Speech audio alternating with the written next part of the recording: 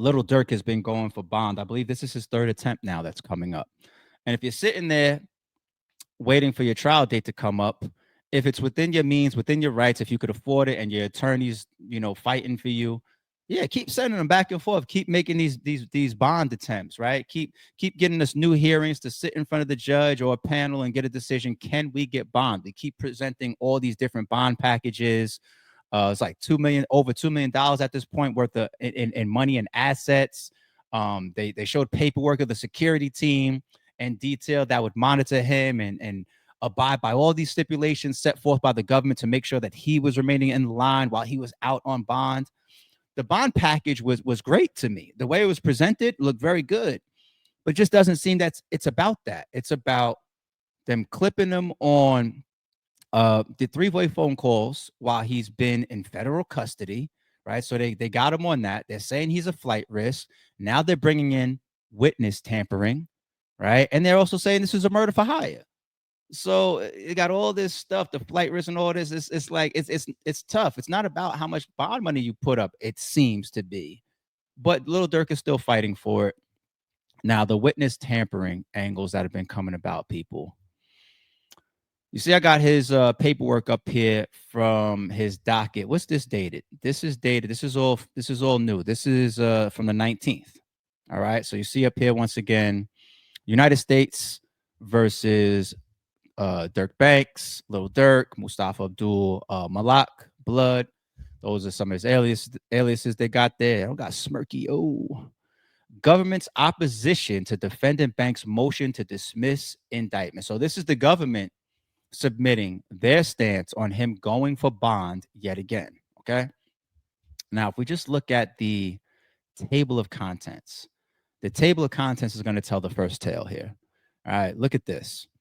A, defendant's control and leadership of OTF. So if you are establishing that OTF is a criminal organization or is involved in criminal activity, you're placing him as the leader, which is another reason why everybody should be sitting the fuck down right now if you're from OTF. I know Duty Low just got shot. You can't blame yourself for getting shot, right? People starting to go into the direction of that being a robbery related to possibly Quando Rondo's people. I'll save that towards the end of the stream. We'll get to that. We'll get to that separately. But you got a lot of stuff and activity around OTF. You had that other unsealed indictment that came out and the alleged retaliation hit for his brother D thing.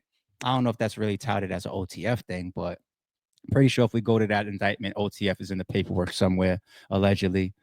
So the activity around OTF and placing him as the leader is never going to look good. Don't they got the credit card transactions related to OTF bank accounts, right? For some of the stuff that was purchased in this alleged murder for hire that happened in Hollywood of Quando Rondo's cousin.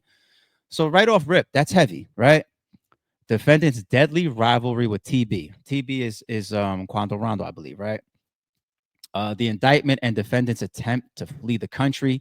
They are still saying that we're not taking that angle from y'all, that it was a pilgrimage that you were taking and these were all connected flights and all that. No, the timing of that, we're not going to play the idiot role. At the end of the day, 4 or 5 OTF members got arrested, and then the very, very next day, you was trying to flee the country. That's the position that they're taking.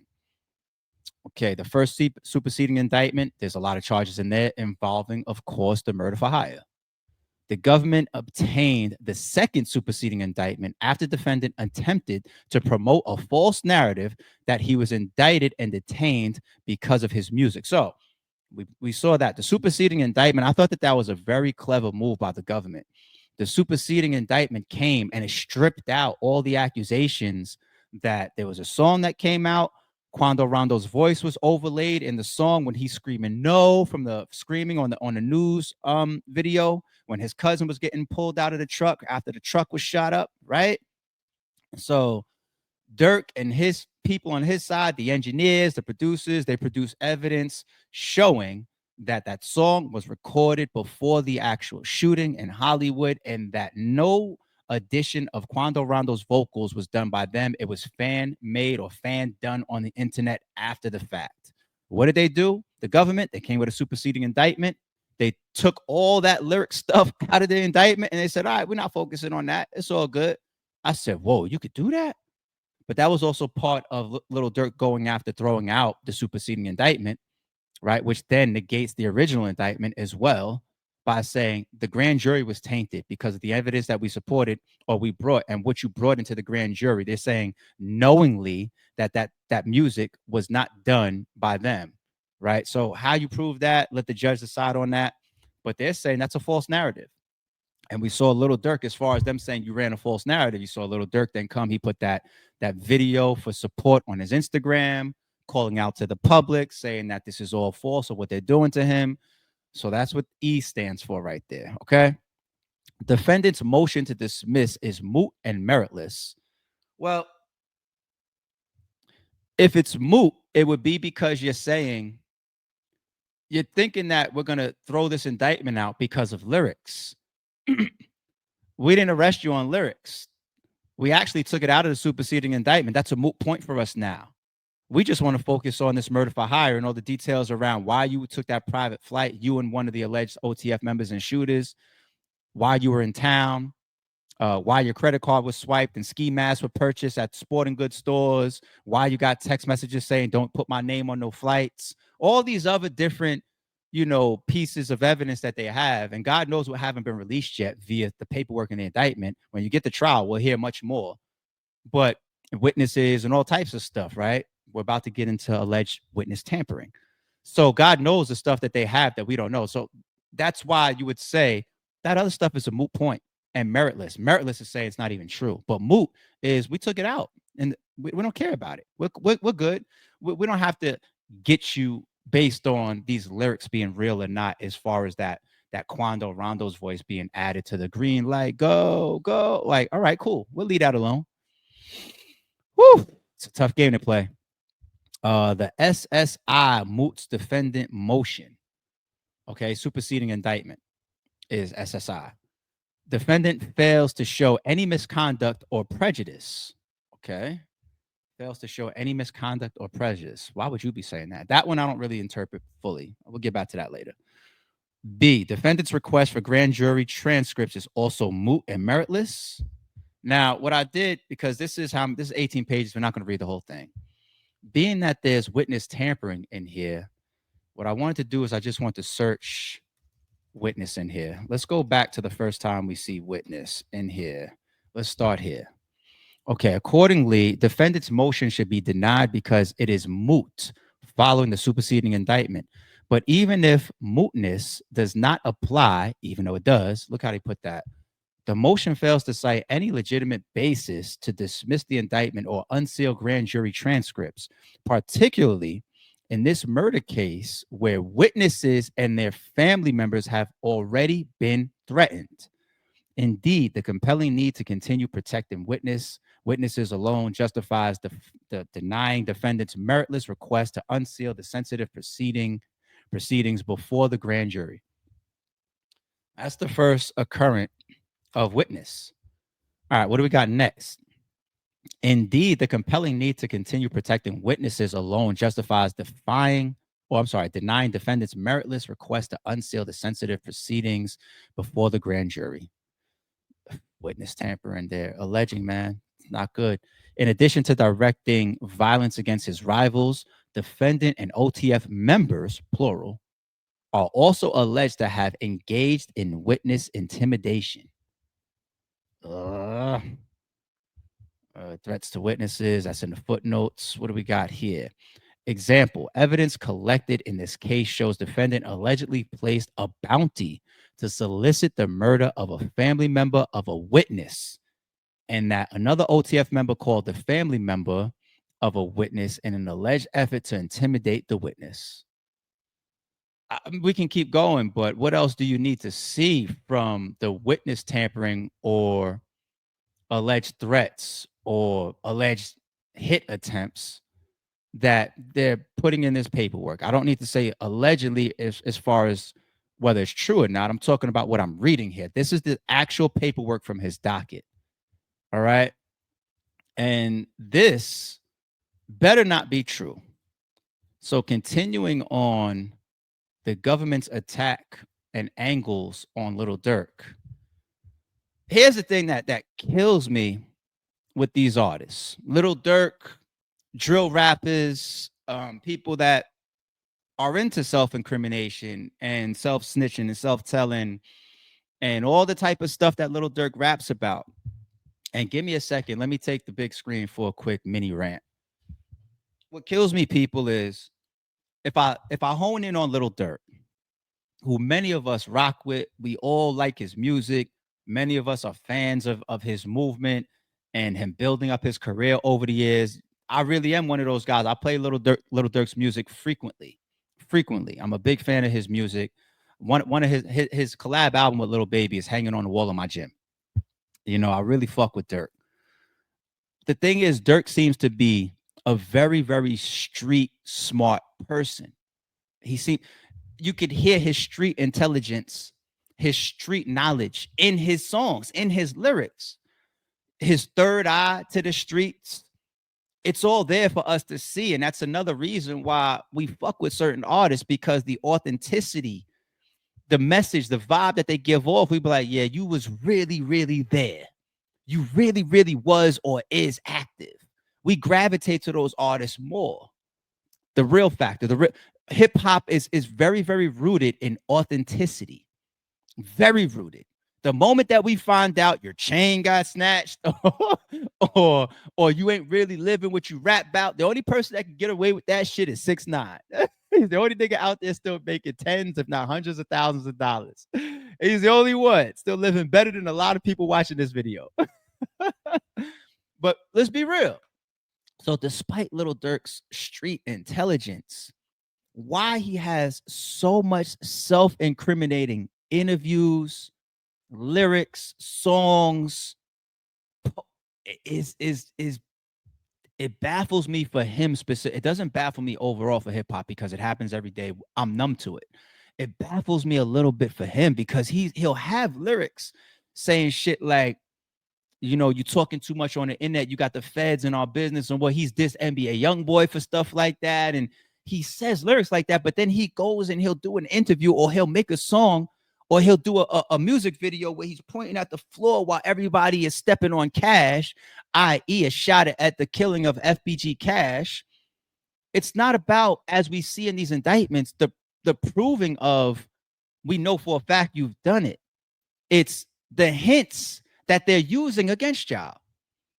They take the hints that you guys put in your interviews, the hints that you guys put in your music, and they put it in your indictment, and then you got to go sit there and fight this case with hundreds of thousands of dollars if you want the Brian Steels or the Drew Finlings, if hundreds of thousands, if not millions of dollars it cost you, while you continue to fight for bond, if you even get that. And then, God forbid, you get to trial and then get found guilty. Not everybody gets to come home like Young Thug and get looked at like a king or a god and all that for sitting down for 2 years and beating it. And the 2 years alone is something that nobody wants to lose from their life. You live once. Nobody wants to lose 2 years off their life. Nobody. Lil Durk right now keeps fighting for bonds. Why? Because it's better out there than in here. I mean, out here than in there. It's better. It's better. You see what I'm saying? So the governments continue to attack, or they show us. Because these rappers, they keep writing it in ways or saying it in ways where they think it's coded. I said before, there's no more code on the internet. You can't call your man or DM your man and say, hey, man, come pick up these pizza boxes. Some detective is going to say, is this a fucking pizza man? No, it's not a pizza man. We believe that was code for fucking keys of Coke or pies. Indict his ass. We'll prove it in court. That's what they do. Code doesn't work. And even if you think that it does work, they're still going to grab you on it and put it in your indictment, and you're going to have to prove them false. Or they're going to try to prove themselves correct, because innocent until proven guilty. The burden of the proof is on the plaintiff, right? But you're going to sit there, and you're going to spend this money, and you're going to be hurt. You're going to be away from your family and your career and your life. So the things that we as fans know, how many times do we say on this platform? The feds know as well. I hope this is a rumor. Prosecutors say Lil Durk appeared to admit to having Lil Pop killed in an Akademiks interview and has been threatening witnesses. I don't need to read all of this. We all know the interview. I'm going to play it. I say that to say, when they did the lyrics in his original indictment, green light, go, go, look at your son screaming, no, no, puss, all of that. We that are in tune with rap and hip hop, we were like, shit, he's lucky that that's the song they're using, because there's way worse songs. I was just like, yo, like the song Beverly Hills, it's the name of the song on the internet, aka School His Ass. And then in the superseding indictment, I was shocked. I was just like, oh shit, they added School His Ass, the Beverly Hills song. We all seen this clip right here on DJ Akademiks, and we all know what the fuck Lil Durk is trying to do. And we were just thinking that, all right, well, he's skating on this. The feds ain't using this. If this rumor here is true, yes, they are now. Yes, they are. On comments. Still, I don't know if people still say it. They used to say it, but you also mentioned a song. They'd be like, they be saying Slide for Vaughn. I think they trolling me. Yo, by the way, that song is fire. I ain't gonna lie. For some reason, I just don't see the comments no more.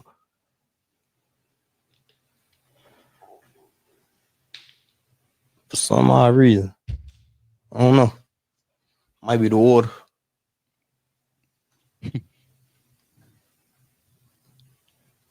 You be seeing comments a lot? They kind of chilled out a little bit. I wonder why. I wonder why. Yeah, though. We different in Iraq. We different in Iraq. You can't, even the word we. If I'm a prosecutor, people, I'm not a lawyer. I'm not a prosecutor. I'm not a defense attorney. I'm none of that. I'm just a podcaster that tries to use a little bit of logic. What the fuck do I know? You know that if I was a prosecutor, though, even the word we, I would use right there. Because he's asking you, the interviewer is asking you about the Slide for Vaughn campaign. Because he was killed, right? We all saw the video, so we know the people that are involved.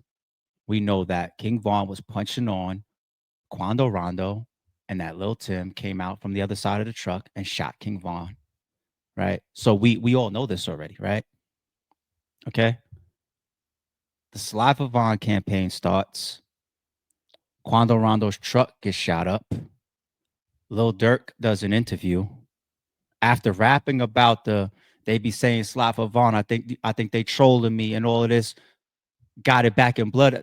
Y'all just don't know that's how it's supposed to be. He's already rapping about the Slide for Vaughn response in his lyrics. Then he does an interview. And he gives this awkward moment with Akademiks, and for some reason I don't hear that shit no more.